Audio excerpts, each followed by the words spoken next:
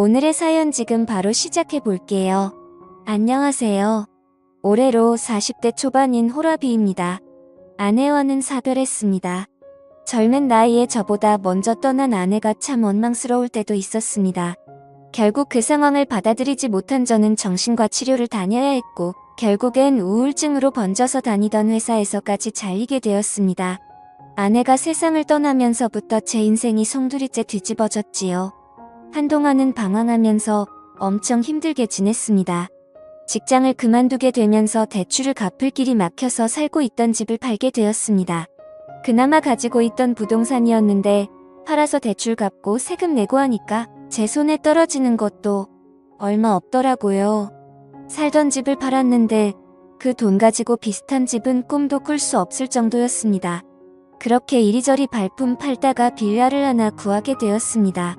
빌라 구조가 조금 특이한 편이었는데 4층짜리 빌라인데 계단을 중심으로 한쪽은 가족들이 지낼 만한 3룸짜리 구조고 한쪽은 90도로 꺾이는 벽을 두고 현관문 2개가 있어 거기에 각각 원룸으로 된 방이 하나씩 있는 구조였습니다. 근처에 대학교도 있고 대중교통도 나쁘지 않아서 혼자 사는 사람들 수요도 생각해서 집주인이 빌라를 올릴 때 머리를 썼던 것 같네요. 저도 나중에는 이런 건물 있으면 참 든든하겠다 하는 생각이 들었습니다. 3룸이야 전세로들 많이 들어오겠지만 원룸 가지고 월세 장사도 할 수 있으니까요. 원래는 원룸 전세도 생각해보고 있었는데 막상 큰 집에 살다가 원룸에서 비좁게 살자니 그러기 싫어서 3룸짜리 빌라로 구했습니다. 친구도 제가 지내던 아파트랑 비교해보면 낫다고 하더군요.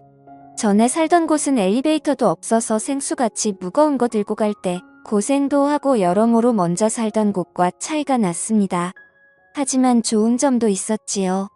첫 번째로 사별한 아내와의 추억이 있지 않은 곳이니 괜시리 혼자서 아내가 떠오르는 일이 사라졌습니다. 두 번째로는 아내를 잃었어도 저도 남자라고 어쨌든 인근에 직장이 많고 대학교가 있어서 그런지 새들어서 사는 젊은 여자들이 많았다는 겁니다. 대부분이 대학생이나 사회초년생인 직장인들이었기에 사실 40살 먹은 호라비인 저와 엮일 일은 없었지요. 그래도 개중에 예의 바른 친구들은 지나가다 마주치면 저한테 밝게 인사를 해주고는 했는데 밝은 미소로 인사를 받으면 그래도 기운 없는 인생에 그나마 기운이 나게 해주는 몇몇은 저에게는 더욱더 기운을 받았고 몇 안 되는 호강이나 마찬가지였습니다. 개중에는 말도 트고 꽤나 친한 사이까지 되는 사람도 덜어 있었지만 아무래도 원룸 특성상 거주 목적으로 온다기보다 잠깐 거쳐가는 사람들이 더 많았으니 정이 들어도 금방 이별을 하게 되더라고요.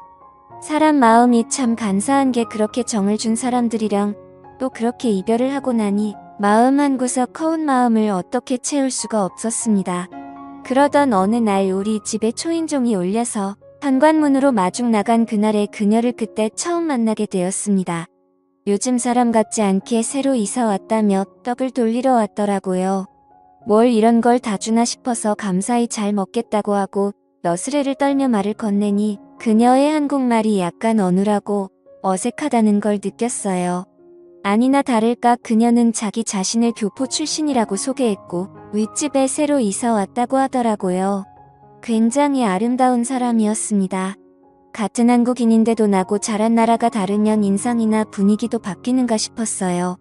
나이는 저보다 조금 어려 보이지만 제 또래처럼 보였는데 두껍게 말린 웨이브에 머리카락 한 올 한 올이 눈에 들어올 만큼 건강하고 풍성한 머릿결을 가지고 있었습니다.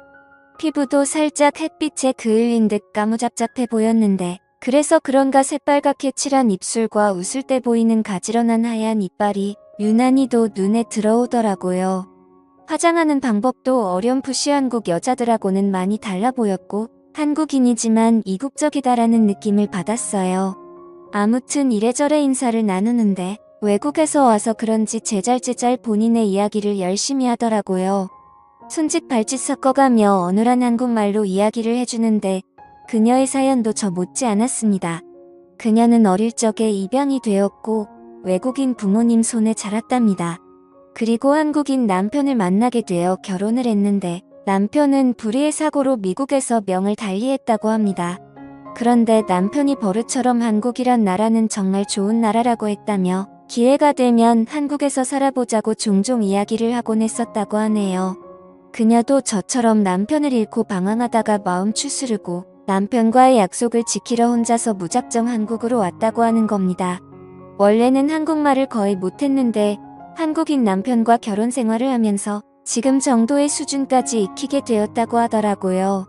문 앞에서 대화가 어쩌다 보니 엄청 길어지게 되어서 집안이 정리가 안 되어 있긴 하지만 들어와서 차라도 한잔하겠냐고 물어봤어요.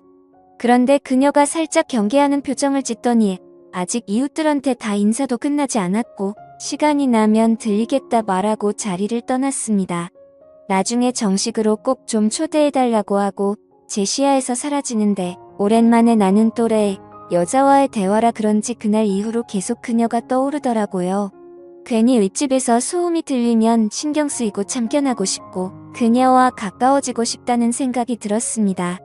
아무래도 공동주택이다 보니 윗집에서 수도를 쓰고 있으면 물이 내려가는 소리가 들리더라고요. 그래서 그녀와 가까워지고 싶다는 생각이 들었습니다. 물이 내려가는 소리가 들리니 뭘 하는지 대충 예상이 갔거든요. 그렇게 저도 모르게 윗집에 누군가 살고 있는 소음에 신경 쓰며 지내니 왠지 모르게 한 집에서 같이 지내는 것 같다는 생각이 들었습니다. 같은 빌라에 사는 원룸 사는 대학생들이나 직장인들 중 개중에 친화력이 좋은 친구들은 기루하고 보통은 나이차가 나는 데다가 아저씨 혼자 살기 때문에 저를 좀 불편해하는 기색이 많았거든요. 그리고 1층과 2층에 사는 애 딸린 신혼부부들은 저한테 신경 쓸 겨를도 없어 보였고요. 그런데 유독 그녀만이 반갑게 인사를 해주고 마주칠 때마다 웃는 얼굴로 대해주는 그녀가 너무 좋아지기 시작했습니다. 아무튼 그날도 위층에서 나는 그녀의 생활 소음을 들으면서 집에서 휴식을 취하고 있는데 복도 끝에서 쩌렁쩌렁하게 집주인 아줌마의 목소리가 울리더군요. 그리고 이어서 그녀의 당황한 듯한 목소리가 들려왔습니다. 윗집에서 나는 발자국 소리에도 귀 기울이는 제가 그녀의 당황한 목소리를 그냥 지나칠 수는 없었지요. 그녀의 목소리가 들려왔습니다. 그래서 현관문을 열고 나가 무슨 이야기를 하고 있는지 들어봤더니 집주인이 그녀에게 음식물 쓰레기 분리수거를 하나도 안 할 수가 있냐고 하면서 잔소리를 하고 있더라고요. 살짝 문을 열어서 집 밖으로 나가서 은근슬쩍 집에 들어가는 척을 하다가 윗집에서 난 소리에 이끌려 궁금해서 참견하러 온 사람처럼 윗집 계단까지 따라 올라가 무슨 일이냐고 물어봤습니다.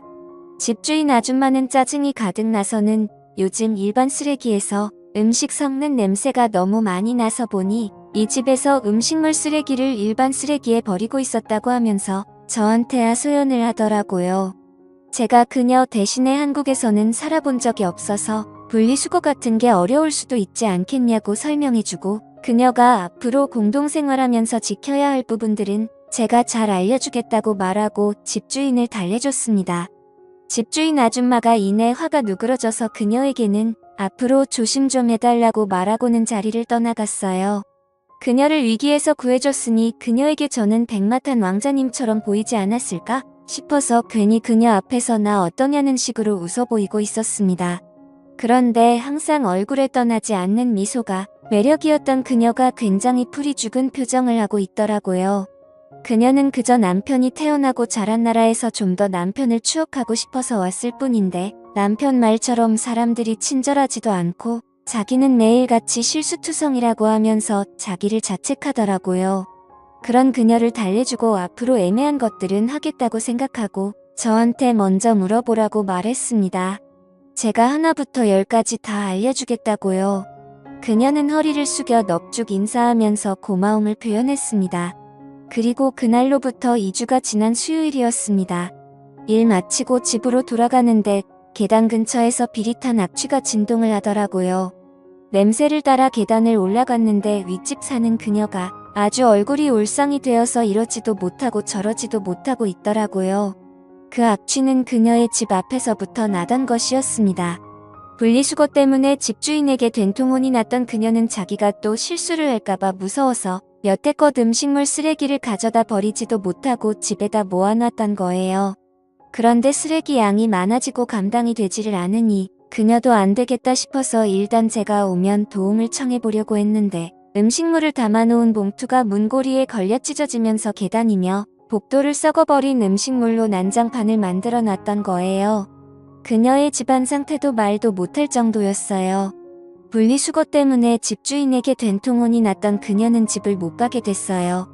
분리수거를 어떻게 하는지 모르는지 집안도 완전히 난장판이더군요. 주민신고 들어와서 집주인이 이 사실을 알기 전에 제가 나서서 도와줘야겠다는 생각이 들었습니다. 청소는 생각보다 빨리 끝났지만 계단 통로에 가득한 악취를 빼느라고 아주 고생을 했네요. 이웃집 돌아다니면서 제가 대신 양해를 구하고 땀을 뻘뻘 흘려가면서 정리를 다 했지요. 상황을 다 정리하고 집에 돌아오니 아주 녹초가 되었습니다. 오랜만에 몸을 써서 그런가 그날은 왠지 푹 자고 있었어요. 푹 잠들 수 있겠다는 생각이 들었지요. 눈이 스르르 감기고 잠에 들려는 찰나에 초인종이 울리더군요. 누군가에서 나가봤는데 그녀가 저희 집 앞에 서 있더라고요. 또 무슨 일인가 했는데 계단 통로 냄새는 다 뺐는데 막상 그녀 집에는 아직도 악취가 남아있어서 환기를 해야겠는데 그녀가 아직 냄새가 너무 심해서 못 들어가겠다고 혹시 괜찮으면 잠깐 신세를 질 수 있겠냐고 묻더라고요. 어려운 일이 아니다 싶어서 그러라고 했는데 막상 호랍이 혼자 지내는데 집에 여자가 들어오니 기분이 묘하더라고요. 그녀도 저를 매번 집 밖에서만 마주하다가 저희 집 안에서 저를 마주하고 있으니 어색해하고 있었어요. 제가 평소에는 그렇지 않은데 그날따라 왜 그렇게 과감했는지 그녀에게 아무렇지 않다는 듯 그럼 오늘 제 집에서 자고 갈 거냐고 물어봤죠. 그녀는 그래도 되냐고 묻더니 잠시만 있어 보라며 후다닥 위로 올라가서는 그녀가 잘 때 입는 잠옷을 입고 품에는 베개 하나를 끌어안고 들어오더라고요. 방은 3개였지만 침실은 없었죠. 그래서 침실은 하나기에 그녀에게 일단 침실을 내어주고 저는 소파에서 자기로 했습니다. 그런데 내 침대에서 외간 여자가 자고 있으니 몸은 피곤한데 자꾸 이상한 생각이 들어서 냉장고에 있는 술이나 좀 마시고 술 기운을 빌어서 잠들어야겠다는 생각이 들었습니다. 잠시 후 그녀가 잠은 안 자고 밖으로 따라 나오더니 제가 술 마시고 있는 걸 보고는 자기도 같이 한잔해도 되겠냐며 제 옆으로 다가왔어요. 그렇게 서로 술을 한 잔, 2잔 마시다 보니 매일 저녁에 술을 마시고 식사 중에 반주한다고 냉장고에 가득 채워놓은 소주가 바닥을 보일 때까지 다 마셔버렸습니다. 그녀가 술에 알딸딸하게 취해서는 영어를 섞어 쓰면서 혼자 자기 싫다며 저를 이끌고 방으로 들어왔고 그녀나 저나 술 기운을 빌은 덕분이었겠지만 그렇게 하루를 보내게 되었습니다.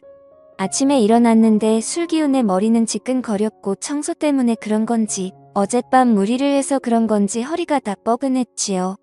제가 일어났을 때 그녀는 아직도 잠들어 있는 상황이었는데 오랜만에 제 옆자리에 다른 사람이 누워있는 걸 보니 그동안의 외로움이 사라지는 것 같았습니다. 조용히 자리에서 일어나 저는 출근을 했어요. 회사에서도 전날 그녀와 있던 일이 꿈만 같았고 술기운과 섞여있던 그녀와의 장면들을 하나하나씩 되새기기 시작했지요. 속으로 웃음이 다 나더라고요. 아내가 떠난 뒤로는 제 인생에 또 이런 날들이 있을까 싶었는데 그 일이 현실이 되었으니 말입니다. 퇴근을 하고 돌아왔는데 그녀가 어제 입고 있던 잠옷 차림 그대로 이제 왔냐고 저를 반겨줬습니다. 달려와서 제 품에 와락 안기는데 잊고 지냈던 지난날이 스쳐 지나가더군요. 그런데 신기한 건 그녀 또한 그랬다는 겁니다. 그리고 깨달았다고 아마 죽은 남편이 외롭게 지내는 자기를 위해서 저를 이 나라로 보내준 게 아닌가 하는 생각이 들었다는 거예요. 신세가 똑같은 저를 만날 수 있게 말이지요. 그렇게 그날 이후 그녀는 윗집에 방을 빼고 지금은 저와 같이 살고 있습니다. 벌써 그녀와 살림을 차린 지도 1년이 다 되어갑니다. 1년이라는 시간을 지내면서 그녀와는 좀 더 진지한 이야기를 나누는 사이가 되었지요. 결혼 이야기까지 오고 가고 있어요. 그녀의 집 쪽에서는 그래도 나이차가 조금 있는 저를 그다지 탐탁치 않게 여기는 것 같은데 이런 데서는 또 자기 주장이 강한 외국인 마인드를 가진 그녀다 보니 부모님의 반대는 크게 신경 쓰고 있는 것 같지는 않아 보입니다. 조만간 그녀와 함께 미국에 가서 결혼 허락을 받으러 갈 예정입니다. 좋은 결과가 있도록 사연 들어주신 여러분들에게 저를 응원해주시면 좋겠습니다. 저도 아내를 잃은 아픔을 딛고 일어서 좋은 사람을 만나 새 살림을 차리게 되었으니 힘들었던 시간만큼 이제는 다시 행복해지고 싶네요. 오늘의 사연은 여기까지네요. 긴 사연 끝까지 들어주셔서 감사합니다.